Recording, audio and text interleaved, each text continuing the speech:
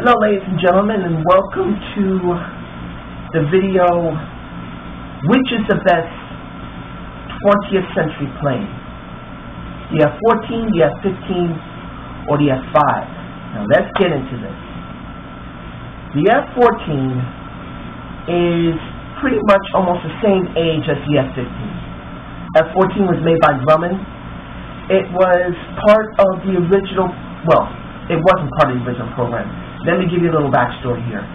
The F111 was built in the 1960s. It was a design of standardization. And I believe John McNamara wanted this for the United States government to try and make it less expensive for planes to be built.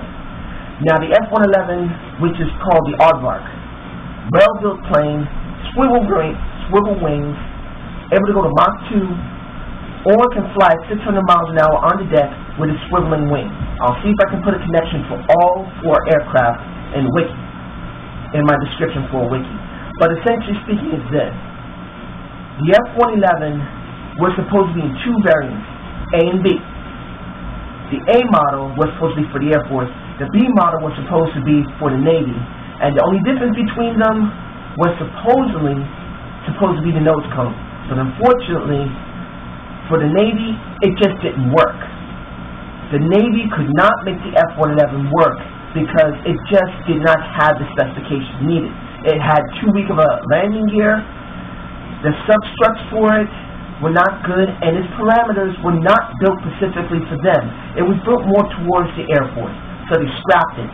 But Grumman, who was working on the contracts at that time, I believe, with, I think, someone else, decided to put another type of design up, which was the F-14.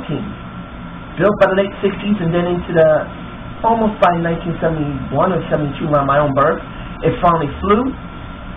The first two prototypes were built. I believe one had a problem and the pilot had to reject from it.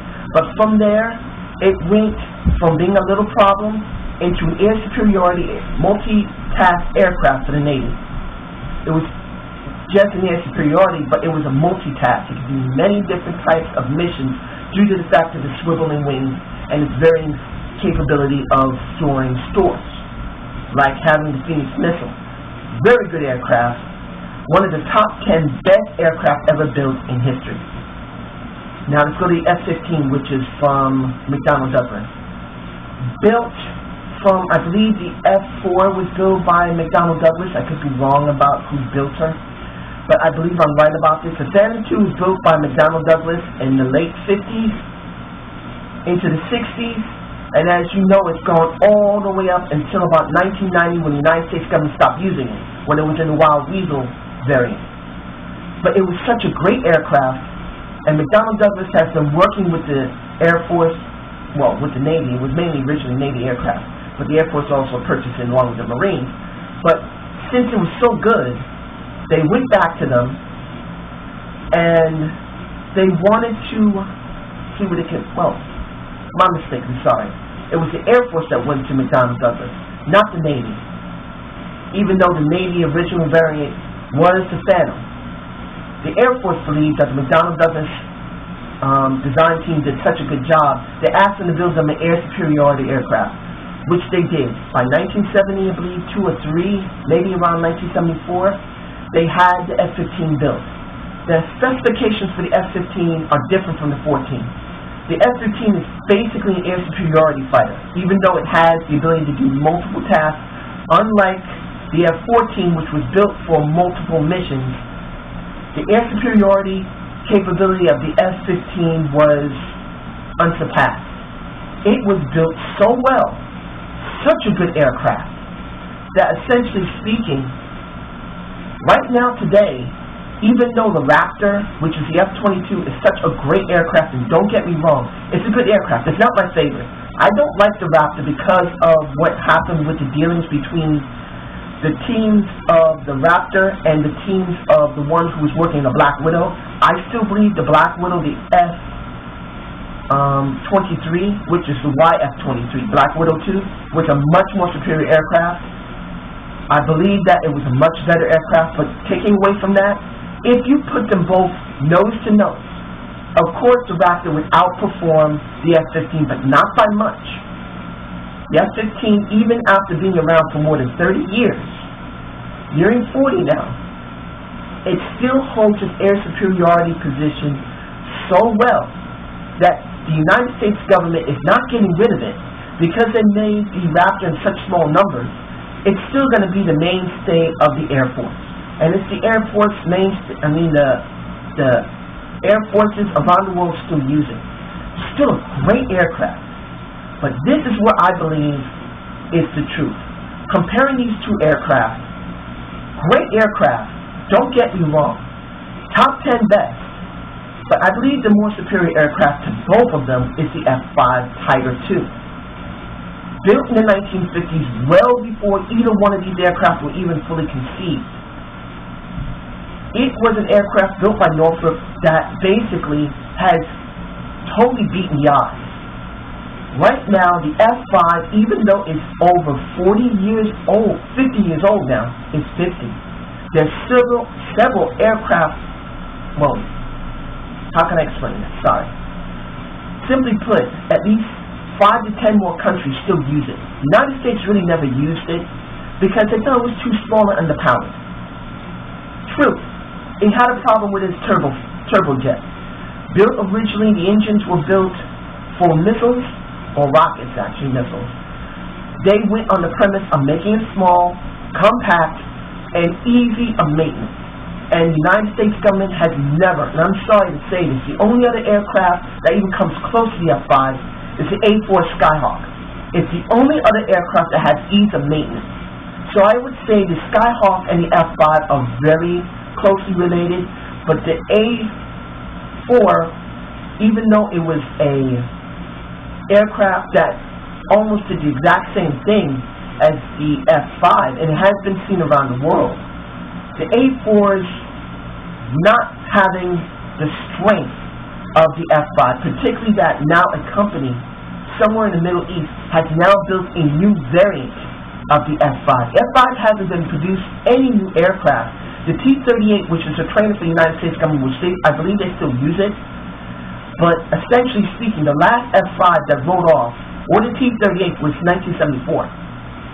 This aircraft had lasted so long and was so loved by so many different governments that a company, an aerospace company in the Middle East, has now made a variant that looks a lot like the F-18, basing it on the F-5. The F-5 has one tail fin, never had two. The new variant, I don't know the name of it. Let's see if I can find it and connect it to the wiki.